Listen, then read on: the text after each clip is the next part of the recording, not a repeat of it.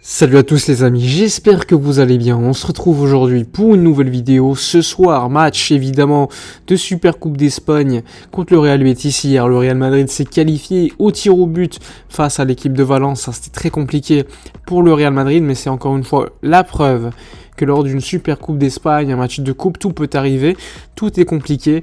Donc là, ça va être très sérieux. Le Real Betis qui, malgré tout, a perdu notamment Alex Moreno, son latéral, pour Aston Villa. Donc ça va être compliqué pour eux de pouvoir le remplacer.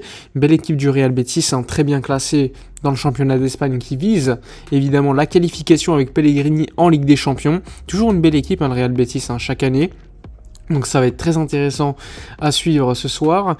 Mais avant de parler assez rapidement du match, il y a les infos d'hier avec Memphis Depay. Lors d'une vidéo, je vous ai expliqué la situation où on était entre Memphis, l'Atlético de Madrid et le Barça. Donc cette semaine des contacts.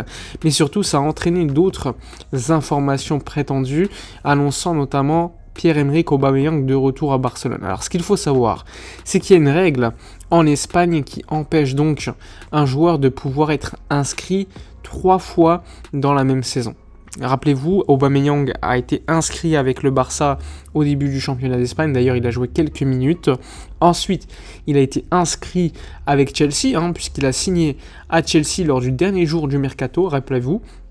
Et donc, il ne peut pas signer en janvier pour un autre club, tout simplement parce qu'il a déjà été inscrit 2 fois auparavant et tu ne peux pas être inscrit 3 fois en Espagne et au niveau européen. Rappelez-vous de Ceballos du Real Madrid il y a quelques saisons, et bien le Real Madrid avait rencontré la même chose avec le joueur, puisqu'il avait été, notamment il était parti au Real Betis, etc., le club voulait le faire revenir, bref c'était la même chose qu'avec Aubameyang, mais finalement le Real ne pouvait pas le reprendre, tout simplement parce qu'il avait déjà été inscrit 2 fois. Donc là aussi, même chose pour Aubameyang. Je le répète, Pierre-Emerick Aubameyang ne peut pas revenir à Barcelone ce mois de janvier. D'ailleurs, le club l'a confirmé hier à certains journalistes en expliquant que Aubameyang n'était même pas une thématique traitée par le club parce que c'était impossible au niveau réglementaire de pouvoir le faire revenir, tout simplement. Donc c'est un non-débat. Mais c'est intéressant de voir quand même qu'il y a des rumeurs directement qui gonflent. Il faut vite les dégonfler lorsqu'elles ne sont pas logiques, tout simplement. Mais la rumeur sérieuse, ça reste Memphis vers l'Atlético. L'Atlético qui a définitivement donc annoncé le prêt pour 6 mois de João Félix vers Chelsea. Donc ils ont besoin d'un attaquant et leur attaquant favori pour remplacer Félix, c'est Memphis. Maintenant, il va falloir trouver la formule la plus adéquate pour le Barça et surtout pour l'Atlético. On sait que les relations entre les deux clubs se sont refroidis. Rappelez-vous, le club, tout simplement, avait été énervé du traitement fait lors du prêt de Griezmann, où il le faisait jouer moins de 60 minutes à chaque fois pour éviter à le payer de manière obligatoire 40 millions d'euros. Donc c'était très mal passé du côté de Barcelone. Donc le club en a un petit peu sur la patate avec l'Atlético. Il ne veut pas forcément faciliter les choses. Néanmoins, tu as la réalité de l'économie du Barça et du fair play financier de la Liga qui est aujourd'hui déficitaire pour le Barça, qui oblige le club à négocier. Le club aujourd'hui, avec l'élimination en Ligue des Champions de manière très prématurée, a 26 millions d'euros de trous dans le fair play financier. Donc pour le combler, il faut donc récupérer cet argent en allant très très loin en Europa League, en faisant certains matchs amicaux et en signant de nouveaux sponsoring. Côté sponsoring, ça a été fait.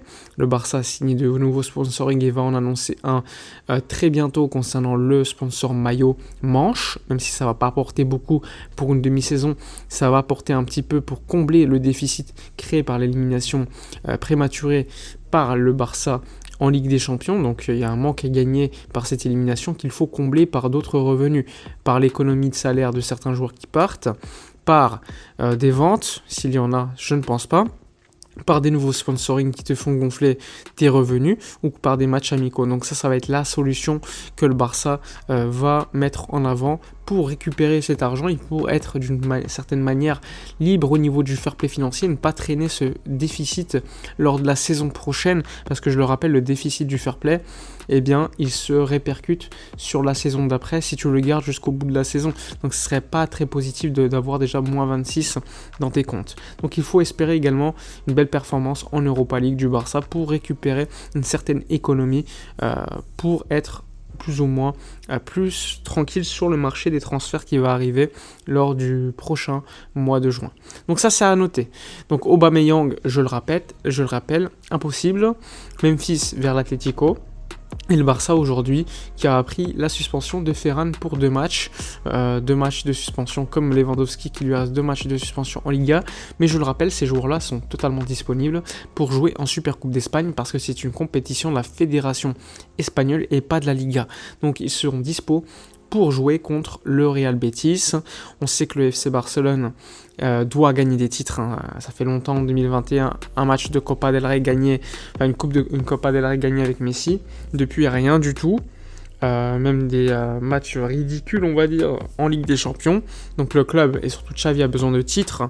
Donc il va falloir absolument être bon lors de cette demi. Et surtout, s'il y a qualification en finale contre le Real Madrid lors d'un Classico en Arabie Saoudite, gagner un titre va être capital. Après l'année dernière, cette défaite aux prolongations contre le Real qui avait été annoncée comme encourageante par Xavi et la direction.